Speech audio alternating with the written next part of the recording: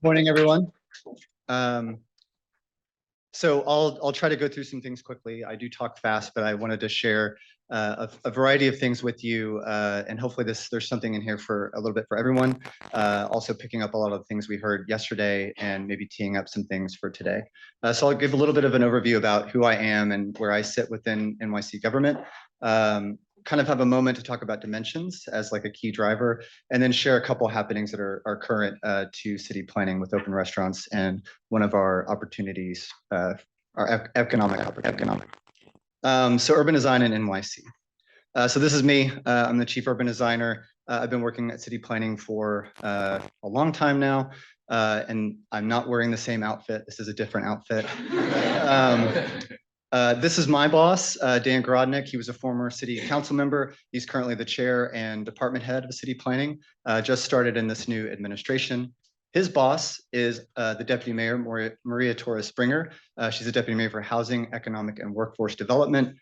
And then there's this guy who's our mayor. And note that this relationship looks really close, but in reality, this is the web of city government in New York.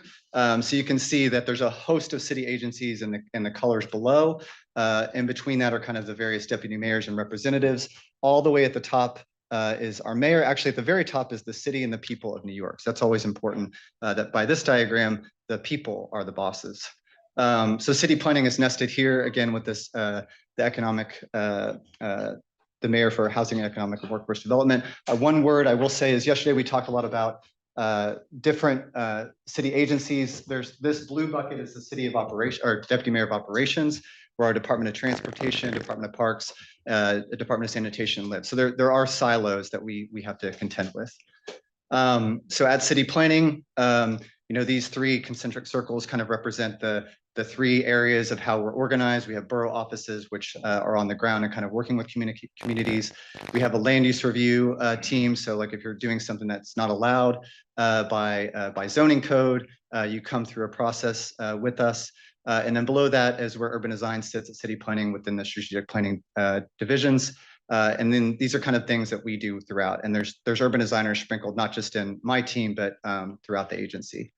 If you were to kind of look at a typical everyday process, that working with an applicant team, you've got a planner and a designer usually at the table, and we're always having to navigate with the developer, their representatives, and also their designers. So it's important to think about the dynamic when we're trying to make the things that we want to see happen within government. What we do. So the origins of urban design practice stretch back pretty far. Under the Mayor Lindsay administration in the late 60s, this question of thinking about the quality of the built environment and how people experience the city, and that quality is extremely important in the details that matter. And so this is a really wonderful book by Jonathan Barnett that really describes the role of urban design within civil service, and particularly within the New York setting, and how they were able to establish these titles to kind of mitigate that realm between the planner and the architect. So really carving out that space to talk about urban design. But in essence, we're talking about people, right? Urban design is about people, and it's how they experience their city. And so I can invite you and share the link. We created a video, an animation video that really talks at a ground level to everyday people about what urban design is in New York City. And this is a snapshot from that. But in essence, our mission is to make the city more livable by advocating for high quality design of the built environment. And we want to do that with New Yorkers. One of our aims is to use principles of good urban design. It's a big city. It's hard for us to write guidelines that cover all of the city. We usually kind of work in pieces and parts. So we want to set values at the outset that anyone can use. So the idea of thinking about who are the key people that are part of any process to bring design to the city. And to dive into those, we want to think about how the design really impacts everyday life, and thinking about what are ways that we can think about accessibility, safety, mobility, comfort, and beauty. And so this is a snapshot of an open streets. How do we think about care, and how do we think about the way we're approaching the actual work, and who's being engaged, and how are those voices being brought into the room? And so, outreach is a huge component. We can always do better here, but there's a lot of work to really think about our practices in this arena. Of course, New York is New York. We want to think about ways to, I call it New Yorkness, but the city's dynamic. And so how do we think about ways of taking what was there before, maybe the old and new and mixing, and thinking about, this is a snapshot of privately owned public spaces, one that is pretty well designed, got a huge design team making that better. And of course, we're all grappling with, no matter what city we're in, about larger challenges. And thinking about from social justice issues to sustainability to housing. And so we want to make sure that, like, when we think about these principles, they touch across scales from kind of the now to the tomorrow. And so these are those principles. We use those in a variety of ways. Again, kind of talking about how do we think about design review at city planning, the scales of the neighborhood, the street, the site, and the building. We work with applicant teams. We think about citywide initiatives. I'm going to talk about one in a moment. And of course, we do a lot of neighborhood planning. We help shape guidelines. We help inform policy, thinking about systems, especially like food systems, which is the image on the left of the screen. On the right of the screen was looking at design guidelines for public housing in the city, NYCHA. And we do a lot of engagement. And we try to get out there and engage not just on a particular project, but more broadly about, like, talking to people about what design means to them in their city. So a lot of efforts have been led by designers to kind of think about creative ways to do so. Okay, a moment on dimensions. So, all of us move through a city. You might notice a stair that feels good that you walk on, or a street that's comfortable to walk across. Maybe your abilities are a little bit more hampered and it takes a little while, or there's just like places of respite. And so how are we creating places for people to like sit in their city? So, all these things have an impact, and we need to think about how we're reading the city and understanding what these dimensions do and how they come together. And then kind of understanding that foundational unit of the person. And I'm, preaching to the choir. So what someone said yesterday, kind of, I think a lot of us understand this, but thinking about how that stretches across blocks, right? And the clear paths that we need, and thinking about the sidewalk room that's developed, and how we're factoring in comfort, and what are these things that help us feel like we're connected. What speeds do we move through? So again, like, the rhythm of the person walking, running, or riding a bike. And as we kind of think about redeveloping our city, right, is the scale that we're losing. And so, a typical block that had these brownstones before, lots of 25 feet individual buildings, then gets replaced by a larger building. And then, we'll maybe talk about some tenancy issues with retail later, but these speeds and the sensitivity is extremely important, especially when we're talking about the distance of the blocks that we're walking. And this was brought up yesterday when examining Philadelphia's grid, but New York is very nuanced. It isn't just the 800 or the 600 by 200. It's very varied throughout the city. So we need to kind of think about that throughout all corners. New York City zoning has been around for a long time, and this distinction of the width of the street to the width of the height of the building. And so we've got these distinctions around what matters in relationship to our streets. And then we have lots of different building types themselves. And so what are the taxonomy there? And the rules that are governing that interior space, right? So again, like thinking about other regulations, these are kind of snapshots from multiple dwellings law. So this isn't zoning, this is another regulation. And we have to think about the space that an individual is taking up for a floor above, but also how are the regulations that we're doing shape that ground floor, from loading to transparency to retail depth to how we're handling parking to how we're dealing with lobbies and vertical circulation. And this interface is extremely important to get right, and thinking about where the building meets the street. And this was brought up yesterday as well, kind of what is that interaction and the porosity and the depth through the private space. Okay. It's a lot, that was fast, but let's talk about a couple projects. So, the pandemic hit all of us pretty hard, New York especially. This is a photo that our deputy director from the Bronx office took, who's also an urban designer. She just felt it really summed up kind of what was happening in the city at that time, right? You've got like murals in the back depicting the challenge that we're always facing with equity and justice. And then in the foreground, this like taking over of a space temporarily for people to be outside and to come together. And so it was bleak, right? Like New York City was a ghost town. So this is a really busy street in Chinatown. with all these restaurants shuttered. And maybe another shot from the Lower East Side, thinking about how do we activate this more.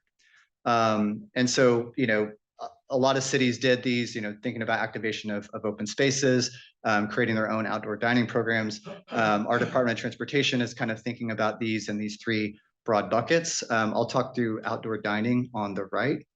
And just to say, like, city planning's role in this is that pre-pandemic, a lot of the sidewalk cafes actually was written into the zoning code.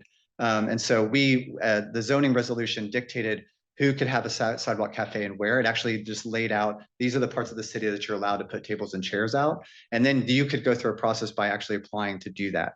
But by and large, this left a lot of the part of the city not able to participate. So pre-pandemic, you saw very limited amounts. And shout out to Gary, there's the Le Mans photo that I think was in his presentation yesterday.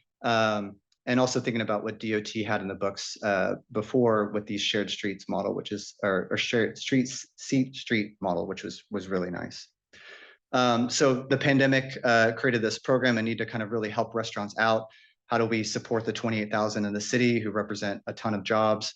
And so, putting a program up kind of overnight with a little bit of guidance really allowed people, and it was free, allowed people to participate huge. So this is kind of like a snapshot in time of the numbers that we're seeing.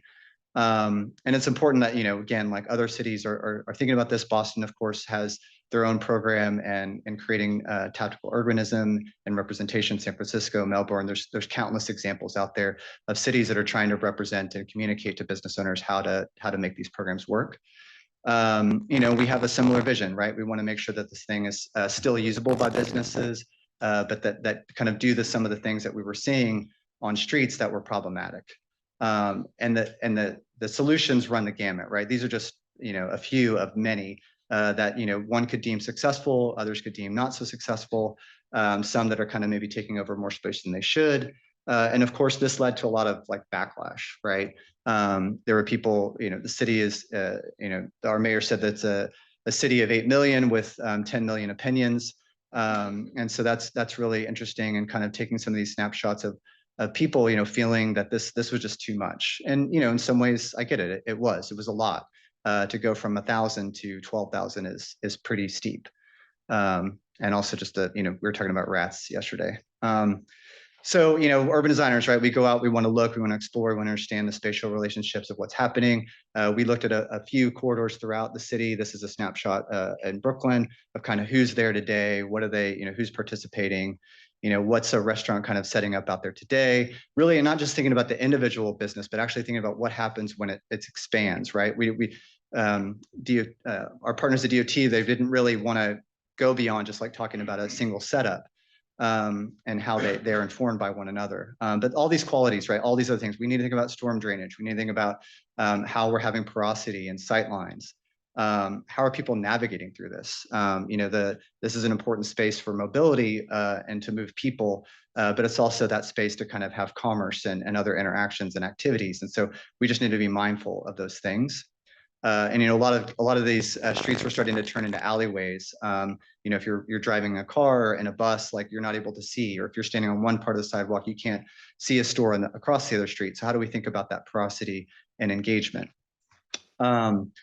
So we set out to kind of take lessons learned and develop new guidelines, thinking about not just the roadway setups, but the sidewalks as well.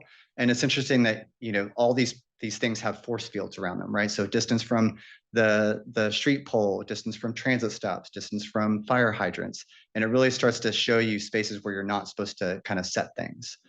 And it's complex, right? So this is just, you're not really meant to read this, but it's just like a lot of different agencies have a stake in this, and a lot of different deputy mayors have a stake in this. And so how do you corral all these different priorities together to think about a path forward? And so, these are just some things to show you kind of simplifying how we're trying to represent that. We did these drawings. Department of Transportation has their own urban designers. They felt they could draw it better. So, come find me afterwards if you want to talk about that. But again, just like how do we learn and shape this for the better? And again, just showing across the site where these things take up, and being mindful about are restaurants still going to be able to actually enliven the street with setups. But fees are important, seasonality is important, and the application process is important. So this is just a portal that's up now, and they're working through rulemaking, and these are some of our colleagues' interpretations of that at DOT. And then, of course, like we have to think about the future of the curb here. There's a lot of things that are happening to happen, not just that building interface, but the curb interface. So these are just some things from Department of Sanitation to DOT, just thinking about all the different things that are taking place there. Okay, 5 minutes.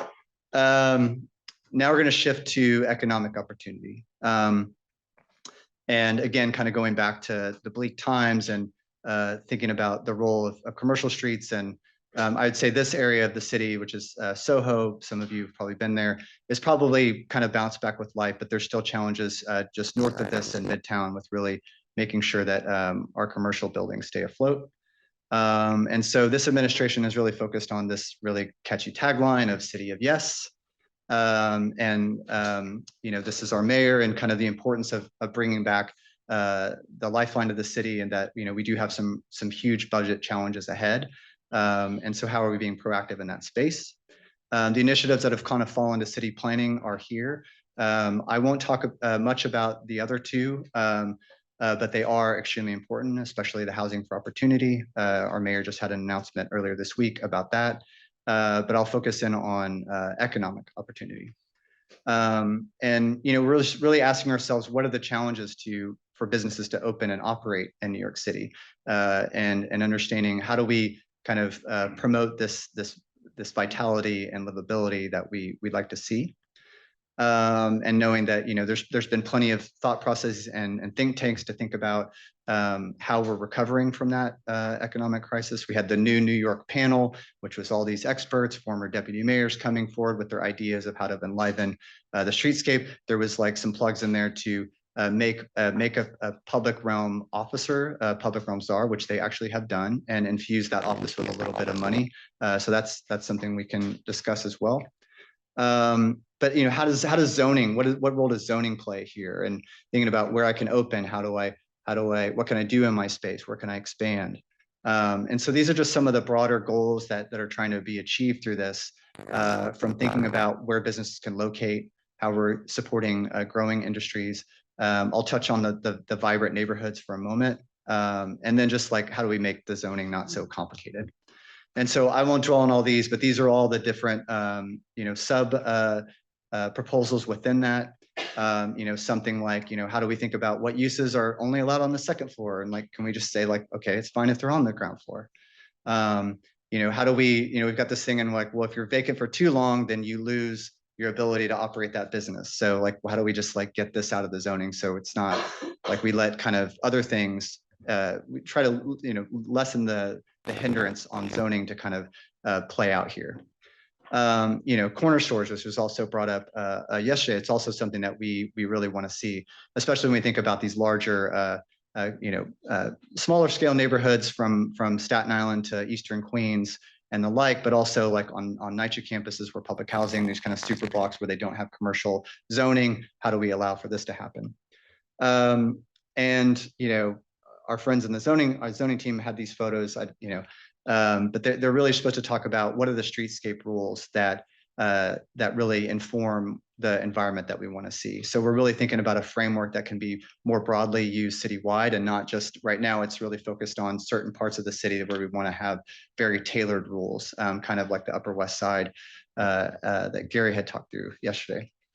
So here's a snapshot of our corridors today. So you can see that they stretch throughout the city very heavily, of course, in Manhattan, but and kind of along transit lines. But it's important to think about these spaces.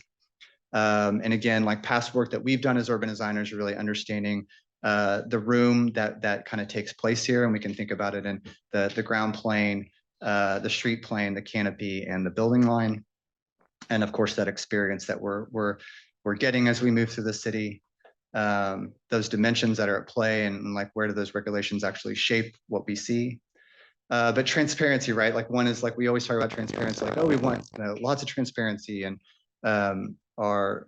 commissioner at the time back in Bloomberg was very keen on like making transparent. I want 70%, I want 50%, but in reality, like what do you get and like what makes sense? And so we're really looking at this within our zoning code about what's the number that makes sense for businesses to be able to see in. You know, some newer construction, retail that hasn't been fitted out that are kind of meeting that. So these are the ones that are like, okay, this is your zoning in real life. But is this successful? How do you think about that across existing buildings that are maybe applying for something new?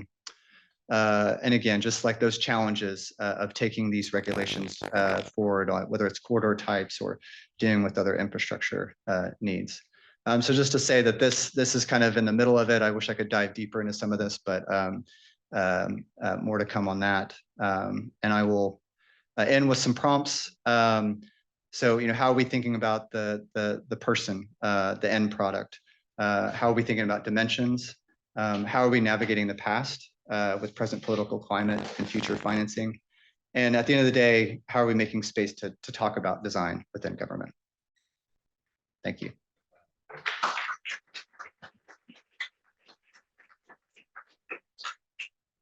Questions? Yes. Will these slides be available? Yeah, I think so. Yeah. If you're happy to share. Sure. Yeah. All the presentations actually we currently also record by Zoom, and we'll seek everybody's approval to share them. And if people are okay, we will share the presentation videos as well. Yeah, I wanted to know what is you know, if there's any impact about the Tax Cuts and Jobs Act of 2017, the opportunity zones that result from that. Has there been any impact in terms of the flexibility of zoning from your department? I just kind of wanted to know if there was any sort of relationship there. Forgive me, I don't know a ton about those zones. I know a few that have been played out in our city where the actual physical location might be like down by Hudson Yards, but the way they're drawn, it's like pulling money or demographics from another part of the city, like East Harlem. And so I know that some of the methodologies for how that work is set up is probably challenged. And I guess in terms of some of the financing mechanisms, we have a variety of different ways that we try to get public benefit out of a project, right? So, you know, Hudson Yards, as an example, you know, we built a new 7 train extension. There was a lot of, there's a new boulevard park that's going up there. So there's a development fund that folks are paying into. I'm not as familiar with how much the federal dollars help inform some of those things that are happening on the ground. Well, thank you for a very interesting presentation. Can you mention anything about street vending? How are you thinking, and are you accommodating the informal economy? I know years ago there were conflicts between BRDs and street vendors. So is the urban design department taking stance? Yeah, it's a good question, and it's always you know, you kind of edit things out, but there's the street vendors are a huge piece of this, and it's actually like thinking about how do we create space, make sure that the space that they have to be there and that businesses are respecting that distance. So it's actually, you know, there's a ton of criteria points within open restaurants that speak to that, but that program is a totally other entity that's run by, I think, our small business services agency. So that is like an important thing that we want to make sure that we retain. Yeah. Thank you, Ken Goff from UCLA.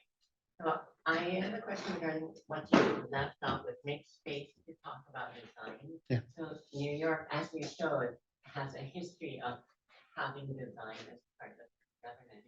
So I'm wondering if you can just elaborate about how design is being pushed further. Sure. So it's always active and changing, right? So I showed that slide of my current boss, our commissioner. That's the 4th commissioner that I've worked with, and each of them have had a different approach to what they understand urban design to be. Some are just like, I want you in every meeting. You know, it's important. We're going to slow this project down to get it right. Others have been like, oh, I forgot about you guys altogether. So, you know, there's a sweet spot in the middle somewhere there. But I put that up because even within a planning department, sometimes it can be challenging to make sure that like colleagues are kind of taking a step back from the numbers to actually think about what is this actually going to produce and what's the experience that's going to happen. And then, then you get into there's a moment to talk about representation later. How are you actually describing that to the people that are going to make those decisions and why these moves are essential to get right? And we're not talking about the color of a brick. We're talking about a lot of other factors, like the dimensions of things, right? Like how are we setting up these things to be as successful as possible? And the balance is always finding that we can't overregulate, right? But we can't be just completely flexible. So, there's some predictability that has to happen in between those, and it's extremely hard to get right. Yeah, so I think it's just important that we, make sure that like I feel like my role in the role of designers is just to make sure that in those conversations, we're actually talking about the design and what we're going to see. Yeah. Eric, thank you. Great presentation, so interesting. You just mentioned that a little bit, but how would you describe the kind of feedback that you get? Like, how is the process of getting that feedback? I mean, you showed on that last slide that you were in the process of, I guess, participation. Yeah. How is that? I mean, and we know there's a lot of contentious discussion on is this actually democratic really? So I just I'm just curious to know a little bit what your experience has been so far with that part of the process. Yeah, so maybe I'll speak with that in the context of open restaurants, where we had to go through a text amendment to get the sidewalk cafes out of zoning, and I was kind of brought in to talk about how we're going to have a public process around design once that went through. But then it fell at this weird time between administrations, and I wanted to kind of kick off a process where we're actually going to engage. And so I was like publicly saying to borough boards, like, we're going to be doing these things. But then, 4 months later, we had a new mayor and everything was in limbo about how we're going to approach it. And then everything stalled out. And so with that one, with open restaurants in particular, and I feel like we missed a chance early on to get really a lot of feedback, and we kind of went quiet. And that's really the worst thing that can happen from a public standpoint. Even if you're not telling them what you want to do, and they like setting aside if they'll agree with you or not, but not even taking that step of actually talking about how you're approaching things is problematic. And so, I think with what we're doing through these City of Yes initiatives is doing a lot of public information sessions, trying to find ways of getting online, getting more. We do find more participation virtually, at least. These kind of night meetings and weekends are always challenging for people to show up at, but we're doing in person as well. So, there's always space and room to do better there. But the feedback does change things. It may not move it drastically, but it does move the needle. And there's a lot of people that are working in that realm of representation. So Hospitality Alliance, for instance, really had a lot of the ear of the city council, right? And they made sure that a lot of provisions that went into the baseline laws for the permanent program reflected what business owners wanted to see. And so I do think that they're, depending on which publics and communities you're talking about, they have the ability to move things a little bit further than others. Doesn't quite answer your question, but yeah. There was one last question there, and then we need to move on. Yes, please.